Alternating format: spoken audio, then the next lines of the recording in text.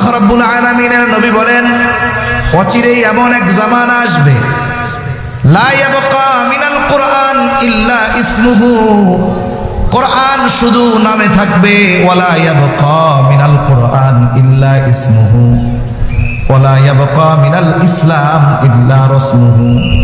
ইসলাম কিছুই থাকবে না, শুধু কিছু রসম থাকবে। কোরআন নামে থাকবে, লেখায় থাকবে, কিন্তু মানুষের মধ্যে প্রকৃত পক্ষে ইসলাম আর কোরআনের আমল মানুষের মধ্যে পাওয়া যাবে না। এখন ইসলাম নামে আছে, যদি আমার কেউ জিজ্ঞাসা করে ধর্ম কি, বলি ইসলাম। সংবিধান কি, জীবন বিধান কি, বলে কোরআন। বলি ঠিক, কিন্তু না আছে আমার আপনার মধ্যে পরিপূর্ণ ইসলাম, না আছে আমার আপনার মধ্যে কোরআন। রাষ্ট্রীয় জীবন তো বহুদূর, ব্যক্তিগত জীবনেও আমরা কোরআন আর ইসলাম যতটুকু মানা সম্ভব ততটুকুও মানি না, ঠিক কিনা বলেন? অথচ কবরে রাখার পরে 3 প্রশ্ন করবে, ঠিক না? এই ভাই, এত কথা কন কেন? এত জোরে জোরে কথা বলেন কেন? চুপ করেন, অনেকক্ষণ ধরে বলতেই আছেন কথা বলবো, কথা বললে দূরে যাবে।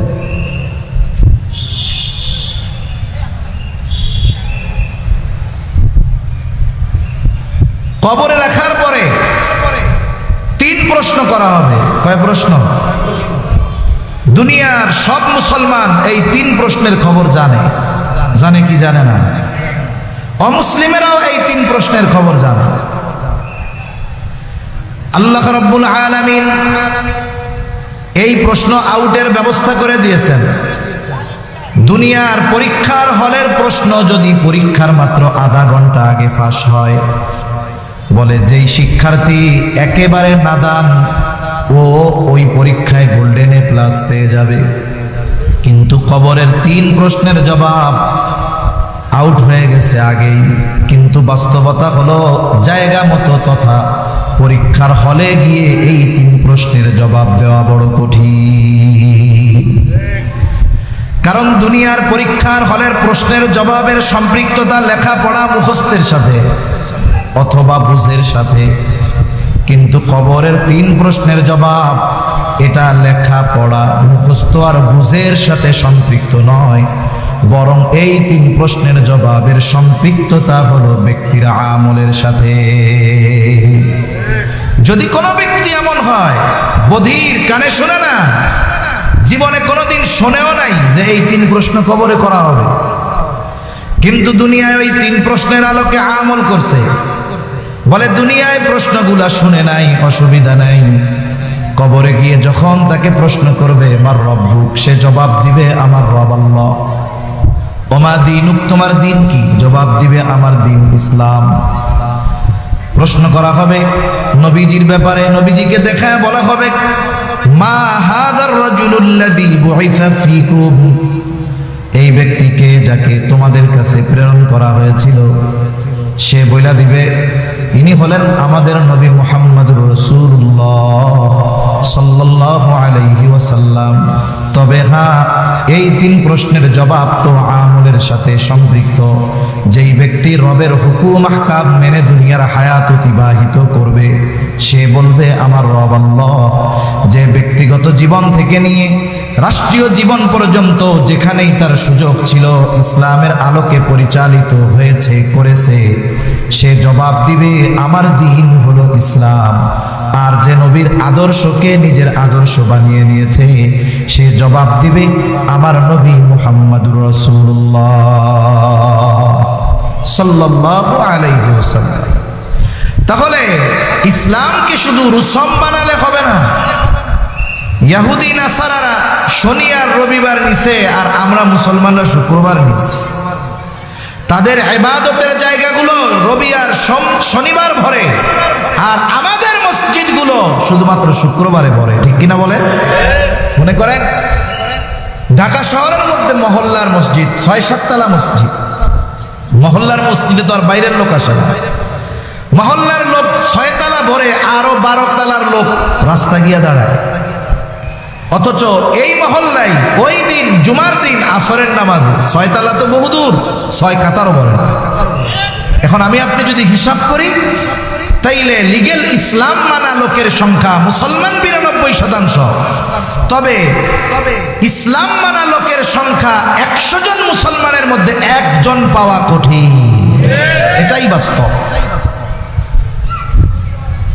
যাই হোক, মূল কথা থেকে অনেক দূরে চলে গেছে।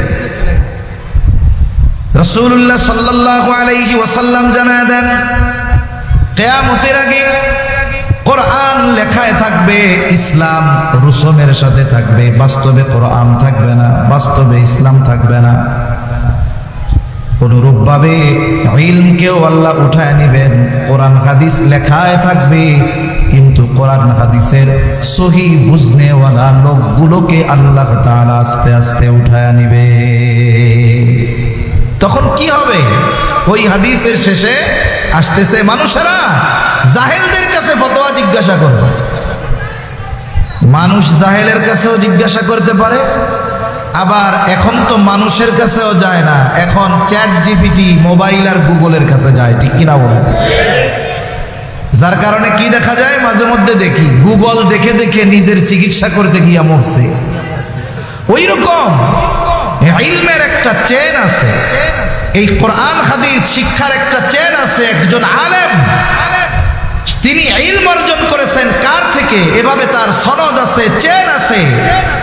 দেখা যাবে এই আলেম সর্বশেষ ইলম অর্জনের মাধ্যম শুরু হলো স্বয়ং রাসূলুল্লাহ সাল্লাল্লাহু আলাইহি ওয়াসাল্লাম থেকে। এজন্য মুহাক্কিক আলেমদের থেকে ইলম নিলে পথচ্যুত হওয়ার সম্ভাবনা কম। কিন্তু আমরা যদি মোবাইল আর গুগলকে, ইউটিউব আর ফেসবুককে আমাদের ইমাম বানায় ফেলি, তাইলে এটা আমাদের জাহান্নাম পর্যন্ত পৌঁছায় দেবে। জামানা এরকম আসবে, জাহেলদের থেকে ফতোয়া জিজ্ঞাসা করবে, আর ওই জাহেল মূর্খ অজ্ঞ এমন ফতোয়া দিবে, যারে ফতোয়া দিবে সে আমল করে পথভ্রষ্ট হবে, আর যে ফতোয়া দিছে জাহেল, ও তো গোমরাহ আছে। এজন্য কিয়ামত আমাদের থেকে দূরে থাকবে কতক্ষণ? বলে আলেমরা এই জমিনে অবস্থান করবে যতক্ষণ। এজন্য মুহাক্কিক আলেমদের জন্য দোয়া করা, আর আলেম তৈরির কারখানাগুলোর প্রতি সুনজর দেওয়া। মাদ্রাসা যতদিন থাকবে, বলে ইলম অর্জনের রাস্তা জারি থাকবে, আর এই মাদ্রাসা থেকেই ওই আলেমরা বের হবে যাদের বদৌলতে আল্লাহ তাআলা কিয়ামতকে আমাদের থেকে দূরে সরায় দেবে। তাহলে নবীজি সাল্লাল্লাহু আলাইহি ওয়াসাল্লাম বলেন, 1 নাম্বার, কিয়ামত ততক্ষণ পর্যন্ত সংগঠিত হবে না যতক্ষণ না ইলম উঠায় নেওয়া হবে। আর আল্লাহ তাআলা বান্দার অন্তর থেকে একত্রে ইলম উঠায় নেন না। আল্লাহ তাআলা কেমনে ইলম উঠায় নেন? বরং আলেমদেরকে উঠিয়ে নেওয়ার মাধ্যমে আল্লাহ তাআলা ইলম উঠায় নেয়। 2 নাম্বার, নবীজি সাল্লাল্লাহু আলাইহি ওয়াসাল্লাম বলেন, ততক্ষণ কিয়ামত সংগঠিত হবে না যতক্ষণ না জালজালা বেড়ে যাবে। ওয়াতাকসুরাজ জালাজিলু, তার মানে কিয়ামতের আগে জালজালা বেড়ে যাবে, ভূমিকম্প বেড়ে যাবে। ভূতাত্ত্বিকরা বলেন, পৃথিবীর যেই প্লেট আছে, টেকটনিক প্লেট, এগুলো নড়াচড়ার কারণে ভূমিকম্প হয়। তারা বলেন পৃথিবীতে প্রতিনিয়ত মৃদু আকারের ভূমিকম্প হতেই থাকে। কেন? বলে এই প্লেটের নড়াচড়া, এতটুকু নড়াচড়ায় ভূমিকম্প মৃদু মাত্রার হতেই থাকে। মাঝে মধ্যে যখন একটু দ্রুত, একটু গতি ওইটার চেয়ে বাড়ে, একটু চাপ হয়, বলে তখন 7, 7.5, 8 মাত্রার ভূমিকম্প হয়। ওই মাত্রার ভূমিকম্প যখন হয়, বলে উন্নত বিশ্বের যেই দেশগুলো আছে, সর্বোচ্চ প্রযুক্তি ব্যবহার করে বানানো বিল্ডিং গুলাও কেমন যেন টলমল করতে থাকে। কয়েক বছর আগে তুরস্কে ভূমিকম্পে কি অবস্থা, এরপরে থাইল্যান্ডে হলো, আফগানিস্তানে হলো, হাজার হাজার মানুষ মারা গেছে। বড় বড় স্থাপনা মুহূর্তের মধ্যে ভেঙে পড়ছে। এত প্রযুক্তি দিয়ে বানানো উঁচু উঁচু প্রাসাদ ভেঙে পড়ে যাচ্ছে। আমাদের বাংলাদেশে যদি 7.5, 8 মাত্রার হয়, বিজ্ঞানীরা যা বলে তাতে লক্ষ লক্ষ মানুষ মারা যাবে। তবে হ্যাঁ, ঠিক, বাংলাদেশের মানুষ ঈমান আমলে দুর্বল, ঠিক, কিন্তু এরপরেও এদেশের মানুষ ইসলামকে অপছন্দ করে এমন ব্যক্তিদের পছন্দ করে না। ইসলামের প্রতি মায়া আছে, নবীর সুন্নাত মুখের মধ্যে নাই, কিন্তু নবীরে যদি কেউ কিছু বলে সহ্য করতে পারে না, ঠিক কিনা বলেন? কোরআন পড়তে পারে না ঠিক, কিন্তু কোরআনের বিপক্ষে কেউ যদি কিছু বলে, কোরআনকে যদি অবমাননা করে, এদেশের মানুষ সহ্য করতে পারে না। এজন্য কি দেখলাম কয়েকদিন আগে এক প্রাইভেট ইউনিভার্সিটিতে, ইস্ট ওয়েস্ট না নর্থ সাউথ ইউনিভার্সিটির মধ্যে কোরআনকে প্রকাশ্যে পা দিয়ে পড়ানো হয়েছে। নাউজুবিল্লাহি মিন যালিক। কি করা হলো? ওরা চিন্তা করে যে কোরআনকে অবমাননা করার মাধ্যমে ওরা মূলত আমাদের অবস্থাটা একটু পর্যবেক্ষণ করে, দেখি কোরআনকে অপমান করলে এদের হৃদয়ের সুপ্ত ঈমান তপ্ত হয়ে ওঠে কিনা। আবার দেখুন, যখনই কেউ কোরআন অবমাননা করে, আল্লাহ এবং তার রাসূলের বিরুদ্ধে বলে, অমুসলিমদের কথা বাদ দেন, একদল মুসলমান ওই জালেমদের পক্ষ নিয়ে ওই কোরআন, ইসলাম, আল্লাহ এবং রাসূল অবমাননাকারীদের পক্ষ নিয়ে তারে পাগল বানিয়ে বিচার থেকে বাঁচাতে চায়, ঠিক কিনা বলে? অমুসলিমেরা পক্ষ নিবে ভিন্ন কথা, কিন্তু মুসলমানেরা তাদের পক্ষ অবলম্বন করে, বলে এটা পাগল। পাগল টের পাও কখন? যখন আল্লাহ রাসূল কোরআন অবমাননা করে তখন, এর আগে পাগল আর টের পাও না, তাই না? দুনিয়ার যত পাগল আছে কেউরে কোনোদিন দেখলাম না বাইবেল পুড়াইলো, দুনিয়ার কোন পাগলরে দেখলাম না কোনোদিন তিপ্রি টক পুড়াইলো, দুনিয়ার কোন পাগলরে দেখলাম না অমুসলিমদের উপাস্যদের নিয়ে গালাগালি দিল। সব পাগল আল্লাহ রাসূল আর কোরআন অবমাননা আর বকা দেওয়া শিখে, তাই না? আমাদেরকে এই ভূগোল বুঝ দিলে হবে না, মনে রাখতে হবে। আবার এই বিষয়কে কেন্দ্র করে এমন বিশৃঙ্খলা করার সুযোগও নাই যাতে করে বহির্বিশ্বের সামনে মুসলমানদেরকে সন্ত্রাসী আর জঙ্গি ভাবে উপস্থাপন করা যায়। এই সুযোগও নেওয়ার কোনো সুযোগ ইনশাআল্লাহ দেওয়া হবে না। এজন্য আমরা রাষ্ট্রীয়ভাবে আইন চাই। আজ পর্যন্ত বাংলাদেশের ইতিহাসে এমন একজন লোককে দেখান যেই ব্যক্তি অন্যান্য ধর্মাবলম্বী যাদের আছে বাইবেল পুড়াইছে, পাড়াইছে, একটা দেখাইতে পারবেন? বৌদ্ধদের ধর্মীয় গ্রন্থ ত্রিপিটক পাড়াইছে, পুড়াইছে, দেখাইতে পারবেন? তাদের উপাস্যদের নিয়ে বকা দিয়েছে, গালাগালি দিয়েছে, এটা কেউ দেখাতে পারবে না। বরং ইসলাম আমাদেরকে অন্যান্য ধর্মাবলম্বী যাদেরকে উপাস্য হিসাবে গ্রহণ করেছে তাদেরকে বকা দিতে ইসলাম আমাদের নিষেধ করেছে। এজন্য মনে রাখতে হবে, এদেশে যদি বসবাস করতে হয় শান্তির সাথে, ইসলাম এবং মুসলমানদেরকে, আল্লাহ এবং রাসূলকে সর্বোচ্চ রেসপেক্ট করেই এদেশে অন্যান্য সব মানুষের শান্তিপূর্ণ সহ অবস্থান সম্ভব, এছাড়া সম্ভব নয়। আমরা শান্তিপূর্ণ সহ অবস্থানে বিশ্বাসী। আচ্ছা, দুর্গাপূজা চলছে, ওয়াজ মাহফিলও চলছে, কোন ওয়াইজ আপনাদেরকে এই কথা বলছে যে দুর্গাপূজা চলতেছে, হিন্দুদের বকা দিবেন, মন্দিরে গিয়া মূর্তি ভেঙে দিবেন? কেউ বলছে? সর্বোচ্চ আকারে নিষেধ করা হয়েছে এই বিষয়গুলো। তবে হ্যাঁ, ঈমানের যেই দাবি নিষেধ করা হয়েছে যে কোন মুসলমান যেখানে শিরকি কর্মকাণ্ড চলে ওখানে যেতে পারে না, তাদের কাছে বা তাদের ওই পূজার অনুষ্ঠানে যাওয়ার ব্যাপারে নিষেধ করা হয়েছে। কিন্তু তাদের ধর্মীয় কালচার পালনে বাধা প্রদান তো বহুদূর। বরং আমরা প্রশাসনের কাছে বলেছি যে এদেশের নাগরিক হিসাবে তাদের সিকিউরিটি পাওয়া, নিরাপত্তা পাওয়া, এটা তাদের অধিকার, এটা তাদেরকে গভর্নমেন্টের দিতে হবে, ঠিক কিনা বলে?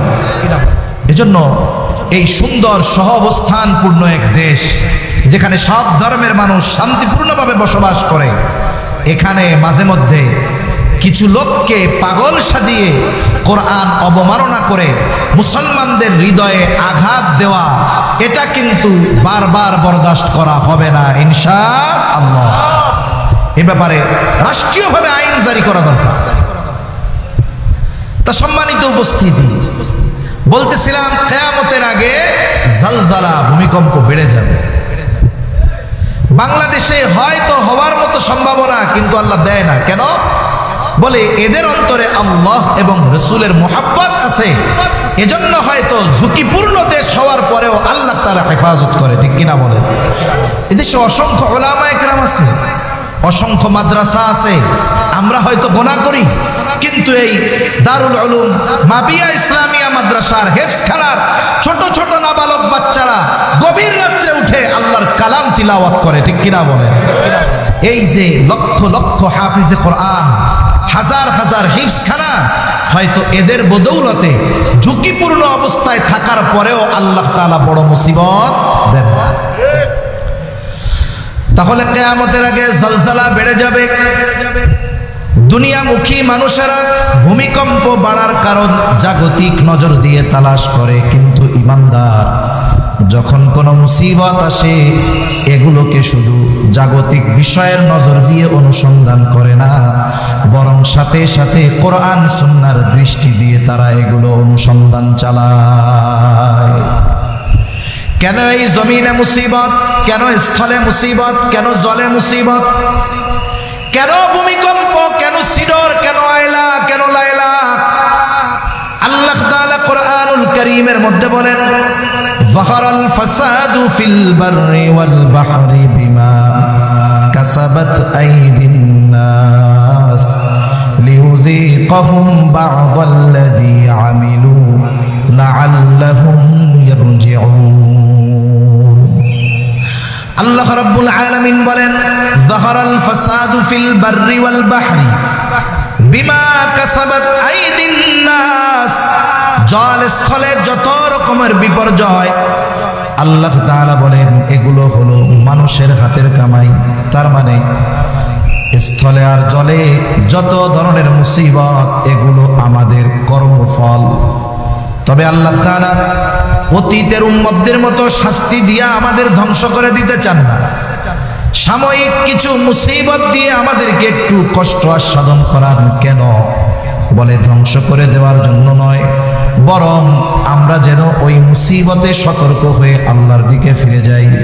এজন্য আল্লাহ তাআলা বলেন, লিয়ুযীকাহুম বা'দাল্লাযী আমিলু। বলেন তো এই শাস্তি কি ওকে ধ্বংস করার জন্য দিছে, নাকি ও সঠিক পথে যেন ফিরে আসে এই জন্য দিছে? নিশ্চয়ই সঠিক পথে ফিরে আসে যেন এই জন্য দিয়েছে। মুহাব্বত আছে, চায় যে গুনার পথ ছেড়ে ভালো পথে আসুক, এই জন্য শাস্তি দিছে যেন অন্যায় কাজটা আর না করে। আল্লাহ তাআলা আমাদেরকে মুহাব্বত করেন, ভালোবাসেন। মূলত আল্লাহ তাআলা চান না তার বান্দাদেরকে আযাব গজব দিয়ে সমূলে শেষ করে দিতে। তবে যতটুকু দেন এটা আমাদের পাপের কারণে হয়, আর আল্লাহ এই জন্য দেন যেন এই শাস্তি আস্বাদন করে আমরা আল্লাহর দিকে ফিরে যাই। এজন্য ভূমিকম্প হয়, এটা আমাদের হাতের কামাই। বলে ভূমিকম্প কেন হয়? জমিনে পাপাচার যখন বাড়ে ভূমিকম্প বেড়ে যায়। জমিনের মধ্যে জুলুম বেড়ে যায়, ভূমিকম্প বেড়ে যায়। দোকানদার ওজনে কম দেওয়া শুরু করে, বলে ভূমিকম্প বেড়ে যায়। নাচ গান অশ্লীলতা মদ্যপান বেড়ে যায়, বলে ভূমিকম্প বেড়ে যায়।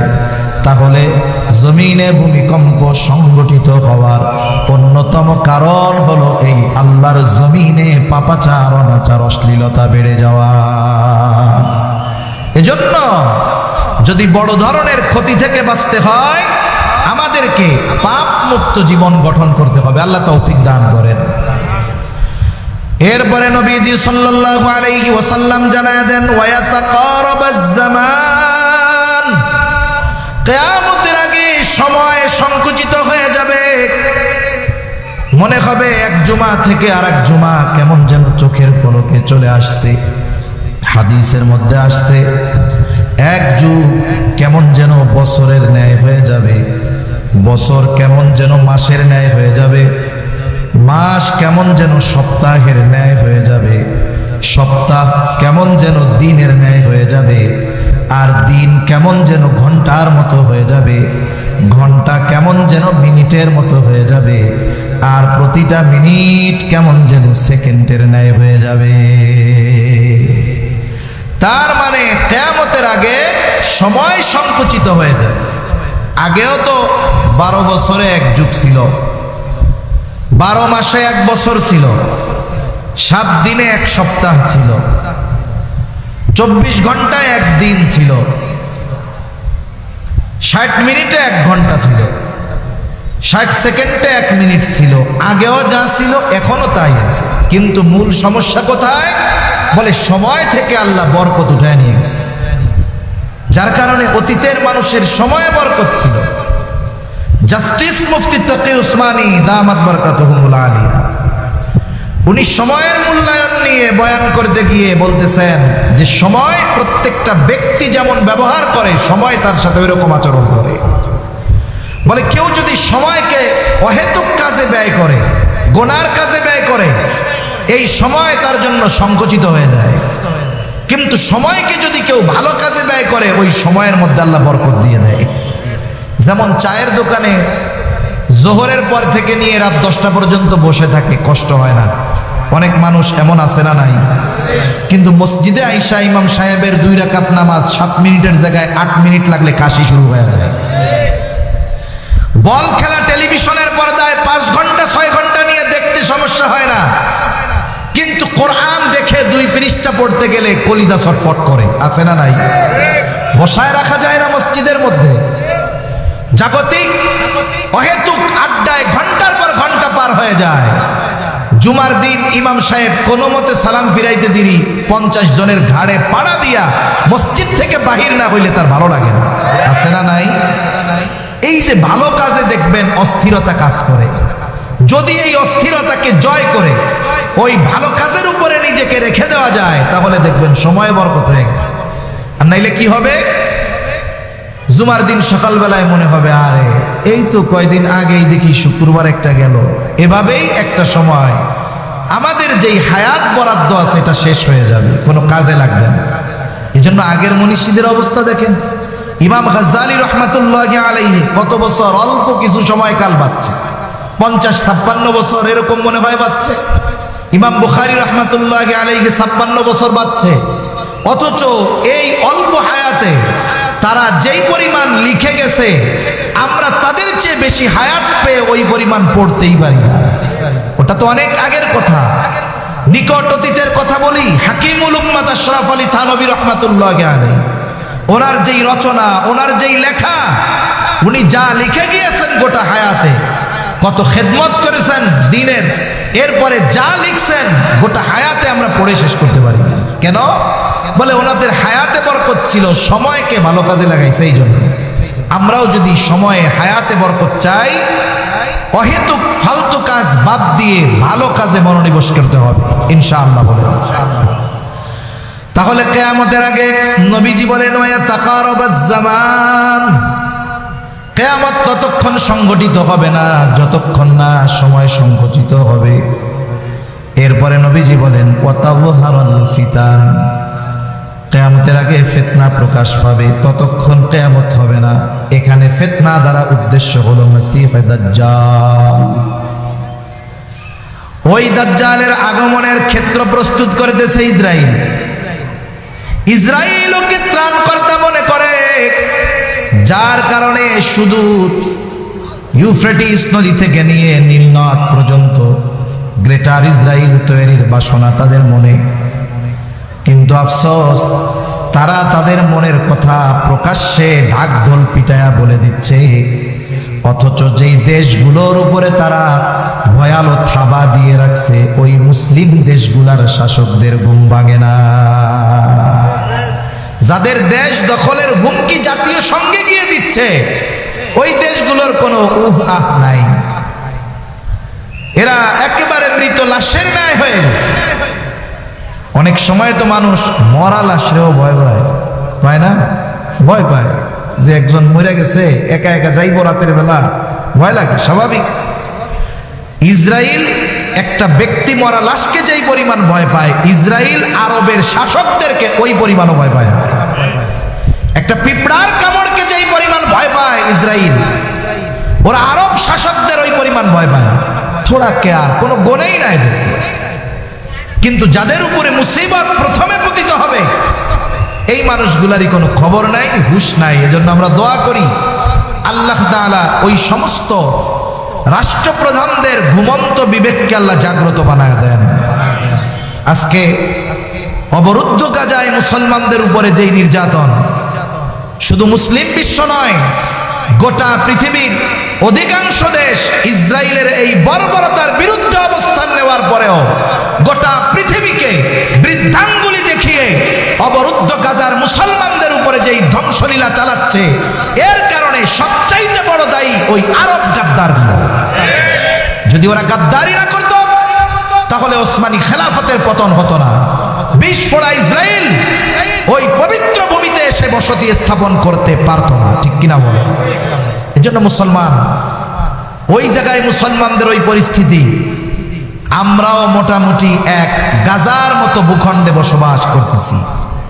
এজন্য প্রত্যেকটা ইমানদারের উচিত ধ্বংস হয়ে যাওয়ার আগে ওই ধরনের জালেমদেরকে ধ্বংস করার প্রস্তুতি নেওয়া, ঈমান আমল মজবুত করা, এবং যদি কোনো বহির্শত্রু দেশের উপরে, ইসলামের উপরে আক্রমণ করার অপচেষ্টা করে, জীবনের সর্বশেষ রক্তবিন্দু দিয়ে হলেও ওদের প্রতিহত করার জন্য প্রস্তুত থাকা, ঠিক কিনা বলে?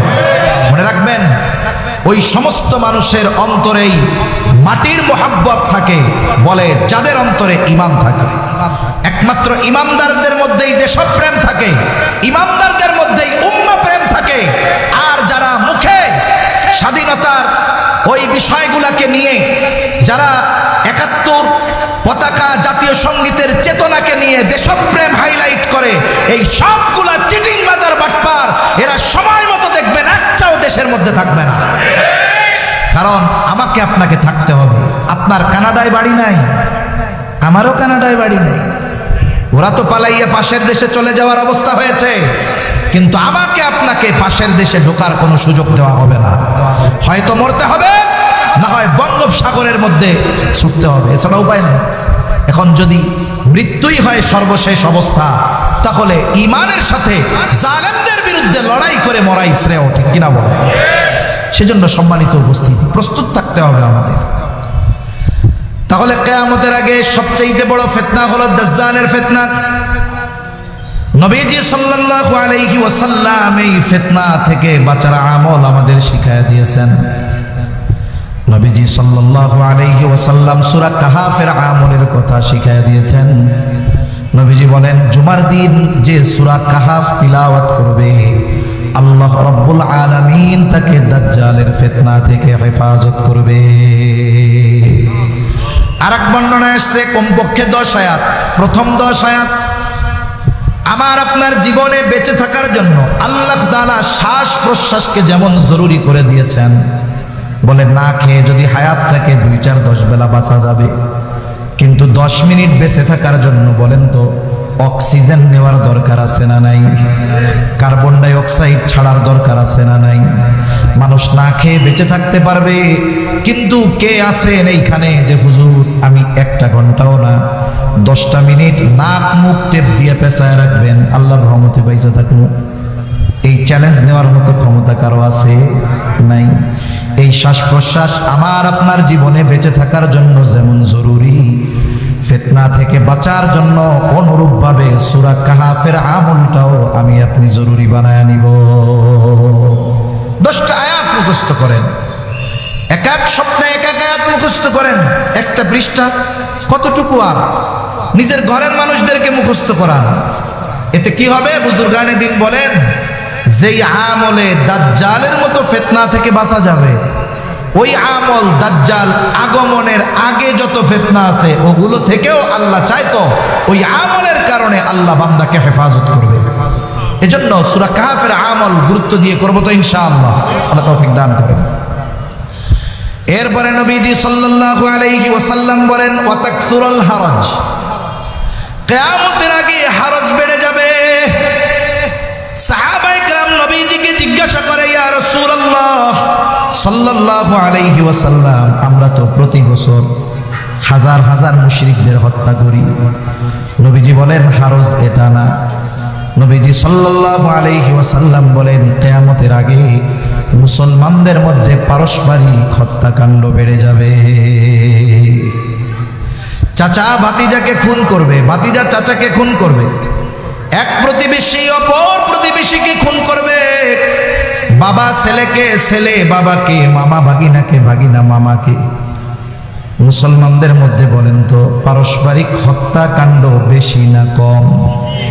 গোটা পৃথিবীতে অমুসলিমেরা দৈনিক যেই পরিমাণ মুসলমানদের হত্যা করে, বর্তমান দুনিয়ায় এককভাবে একই দিনে সবচাইতে বেশি মানুষ হত্যা হয় গাজায়। গোটা পৃথিবীতে অমুসলিমদের মাধ্যমে একদিনে যত মানুষ হত্যা হয় তার চাইতে কম পক্ষে 10 গুণ বেশি মানুষ মুসলমান অপর মুসলমানের দ্বারা হত্যাকাণ্ডের শিকার হয়। তার মানে পারস্পরিক হত্যাকাণ্ড এত পরিমাণ বেশি যে অমুসলিমেরাও এত পরিমাণ মুসলমান দৈনিক হত্যা করে না।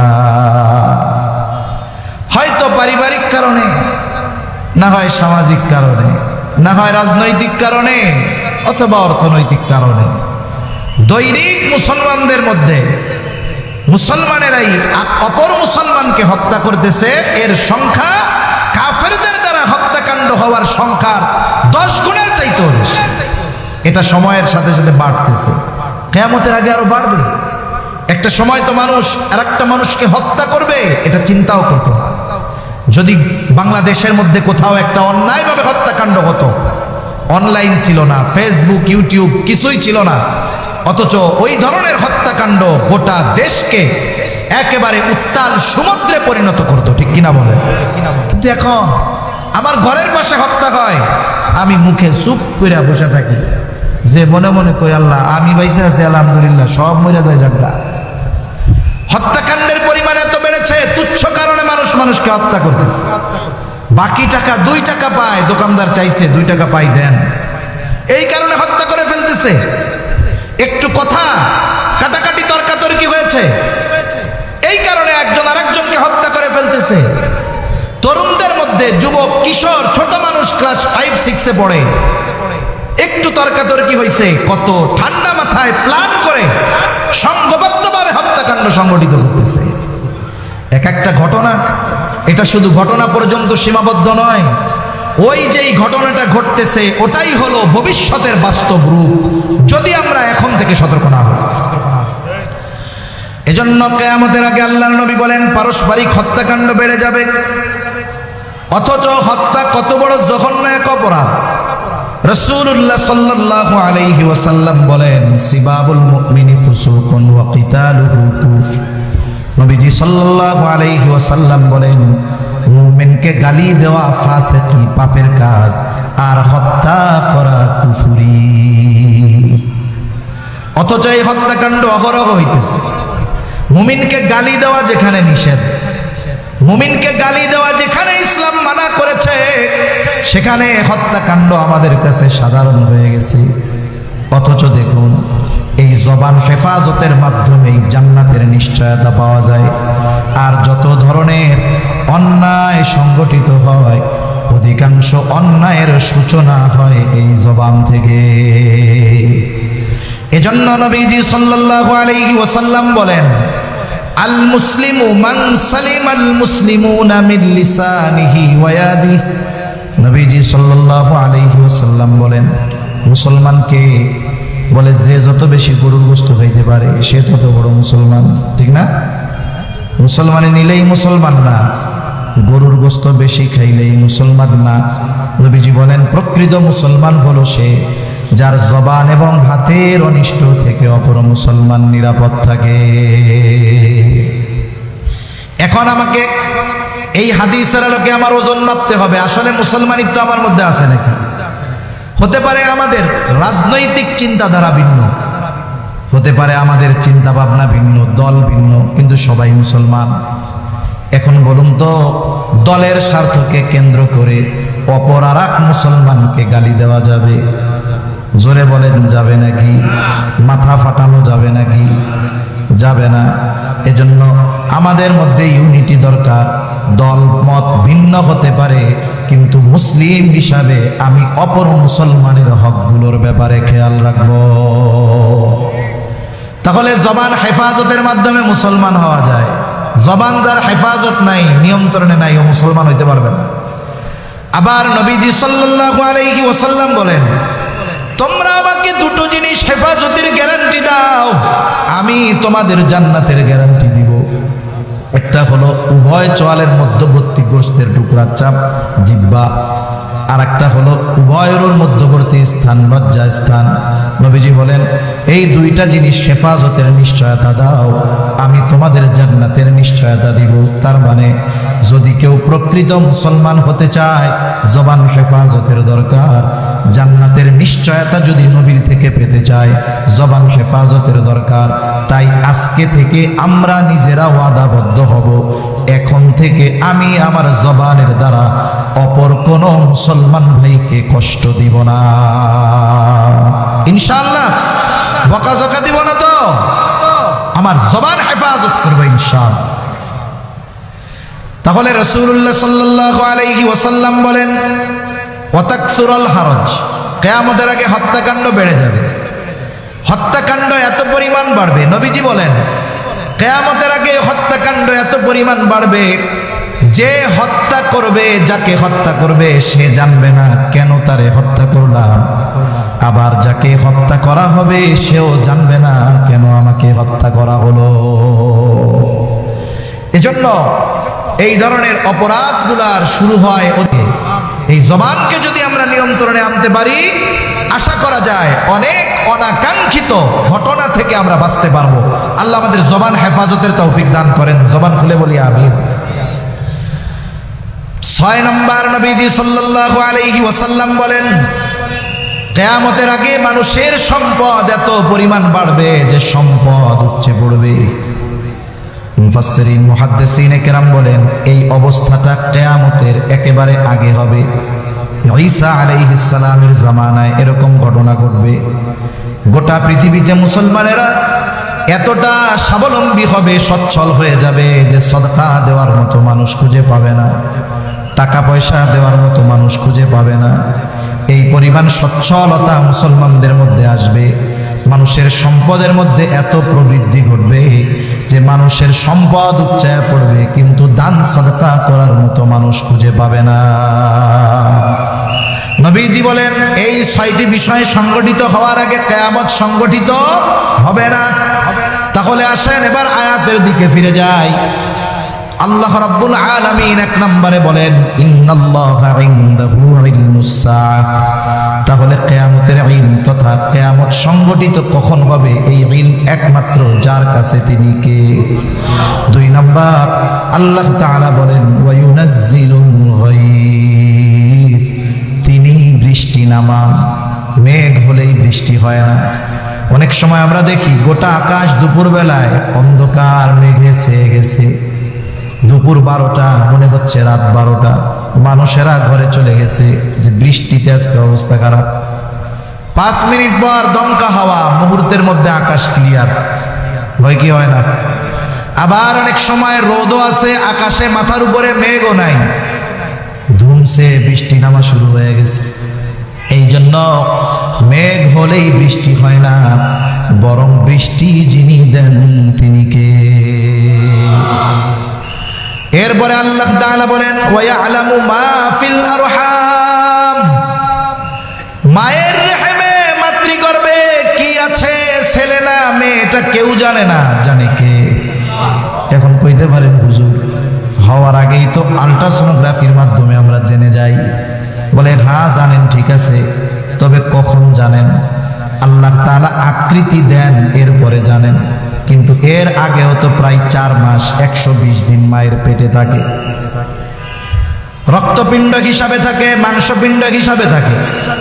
আকৃতি আসার আগে দুনিয়ার কোন বিজ্ঞান আছে, বিজ্ঞানী আছে শুধুমাত্র ওই রক্ত, জমাট রক্ত আর মাংসপিণ্ড গবেষণা করে বলবে এটা ছেলে না মেয়ে, এটা বলার ক্ষমতা কারো নাই।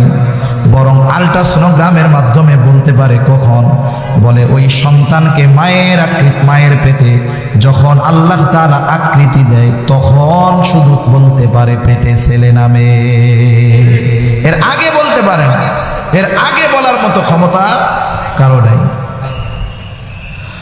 এরপরে আল্লাহ তাআলা বলেন ওয়ামা তাদরি নাফসুম মাযা তাকসিবু গাদা, কেউ জানে না আগামী দিন সে কি উপার্জন করবে, আজকে তার অবস্থান কি, আগামীকাল অবস্থান কি হবে কেউ জানে না।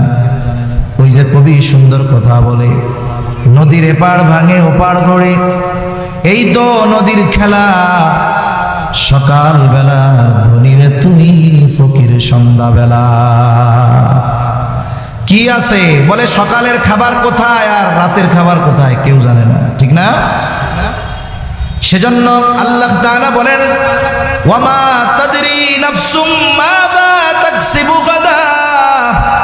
কেউ জানে না আগামী দিন কি সে উপার্জন করবে, কার অবস্থা আগামীকাল কি হবে, আজকের অবস্থার সাথে কালকের অবস্থার কি হবে কেউ জানে না। আজকে যার হাতে কিছু নাই, কালকে হয়তো সে বাদশা হয়ে যাইতে পারে, ঠিক কিনা বলেন? কিছুই ছিল না বলে সেও হয়তো ক্ষমতার মসনদে বসে যাইতে পারে। এরপরে আল্লাহ তাআলা বলেন কেউ জানে না আগামীকাল সে কি উপার্জন করবে। ওয়ামা তাদরি নাফসুম মাযা তাকসিবু গাদা ওয়ামা তাদরি নাফসুম বিআইয়ি আরদিন তামুত। কেউ জানে না কোন জমিনে তার মৃত্যু হবে, তার মৃত্যু আল্লাহ কোন জমিনে কোথায় লিখে রাখছেন এটা কেউ জানে না। হাদিসের মধ্যে আসছে যার মৃত্যু যেখানে লেখা ওইখানে যদি তার কোনো প্রয়োজন নাও থাকে, আল্লাহ প্রয়োজন সৃষ্টি করে তাকে ওই জায়গায় নিয়ে যাবে। আল্লাহ তাআলা প্রয়োজন সৃষ্টি করবে। অনেক সময় অনেক মানুষ আছে জীবনে মেইন রোডে যায় না, বলে যেই দিন গেছে ওই দিনই ট্রাকের চাকায় পিষ্ট হয়ে মারা গেছে। মানুষ আফসোস করে বলে আরে লোকটা জীবনে কোনোদিন ওই জায়গায় যায় নাই, আজকে গেল আজকেই শেষ। তার মানে ওই জায়গাটা তার মরণ ছিল, আল্লাহ প্রয়োজন সৃষ্টি করে তাকে ওখানে নিয়ে গেছে। এজন্য আমরা কেউ জানি না কোন জমিনে কোথায় কোন জায়গায় আমার আপনার মৃত্যু লেখা আছে। এই বিষয়গুলো একমাত্র ইলম যার কাছে তিনি কে?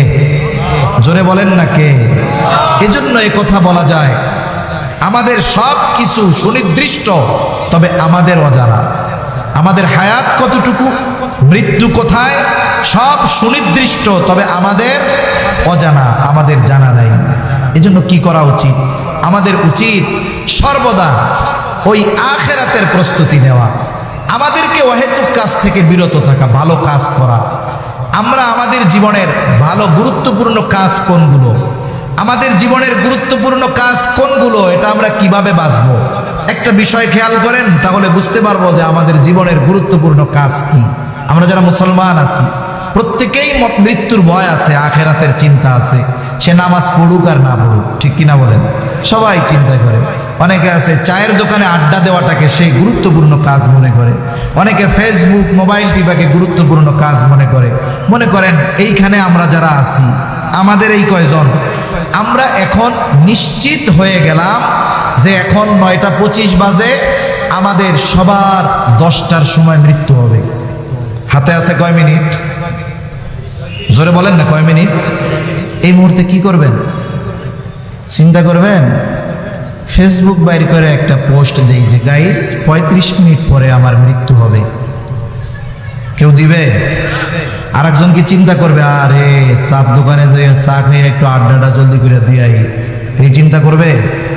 সব বাদ দিয়া ওযু কইরা মসজিদে ঢুকবো, 2 রাকাত নামাজ পড়বে, জীবনের শ্রেষ্ঠ নামাজ। যে ব্যক্তি জীবনে কোনোদিন আল্লাহর ভয়ে তো বহুদূর ব্যথা পাইয়াও কান্দে নাই, ও দেখবেন কান্না শুরু করে দিছে আল্লাহর কাছে, আল্লাহ মাফ করে দাও, আল্লাহ জাহান্নাম থেকে বাঁচাও, জীবনের সব মাফ করো। তার মানে এখন থেকে আধা ঘন্টা পরে আমার আপনার যদি মৃত্যু হয়, এই আধা ঘন্টা যেই কাজ আমি আপনি করব, ওই কাজই আমার আপনার জীবনের সবচাইতে গুরুত্বপূর্ণ কাজ।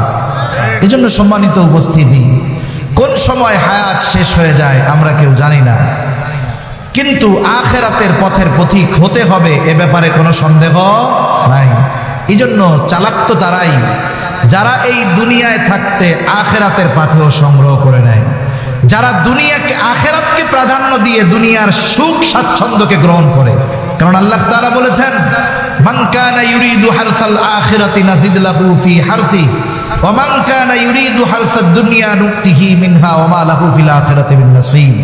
আল্লাহ তাআলা বলেন যে আল্লাহ তাআলার কাছে আখিরাতের ফসল চায়, আখিরাত চায়, আল্লাহ তাকে আখিরাত দেন, সাথে সাথে কি দেন? নাজিদ লাহু ফি হারসি। আল্লাহ বলেন আমি তার এই ফসলের মধ্যে প্রবৃদ্ধি দান করি। অতিরিক্ত কখন দেয়? বলে আগে পরিপূর্ণ দেওয়ার পরে এরপরে অতিরিক্তটা দেয়।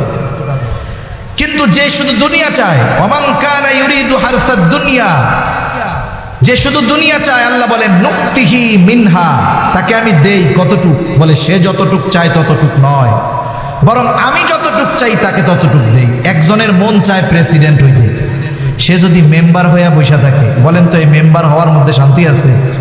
তার চাওয়া কি আমি প্রেসিডেন্ট হব, কিন্তু আল্লাহ ওরে মেম্বার বানায় বসায় রাখছে, দেখবেন ওর শান্তি নেই। তাহলে আল্লাহ তাআলা যারা দুনিয়া চায়, সে যতটুক চায় ততটুক দেন না, বরং আল্লাহ যতটুক চায় ততটুক দেন। কিন্তু ক্ষতি কি? ওমা লাহু ফিল আখিরাতি মিন নাসিব, আখিরাতে তার জন্য কিছু নাই। এজন্য দুনিয়া কেমন? বলে অনেক সময় বাজারে গেলে 5 লিটারের তেলের সাথে 100 গ্রামের একটা সাবান ফ্রি দেয়, দেয় কি দেয় না? মাঝে মধ্যে আপনি যেই দোকানে বাজার করেন, ওরে গিয়ে যদি বলেন 5 বছর ধরে তোমার দোকান থেকে বাজার কিনতেছি, আজকে আর আসল কিনবো না, ফ্রি সাবানটা দিয়ে দাও, দিবে? বলবে ভাই আপনি তেল কিনেন, সাবান ফ্রি পেয়ে যাবেন।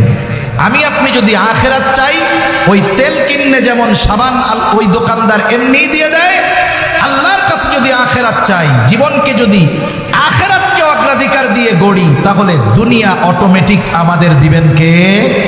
আল্লাহ দিবেন। আল্লাহ কথাগুলো বুঝবার তৌফিক দান করেন।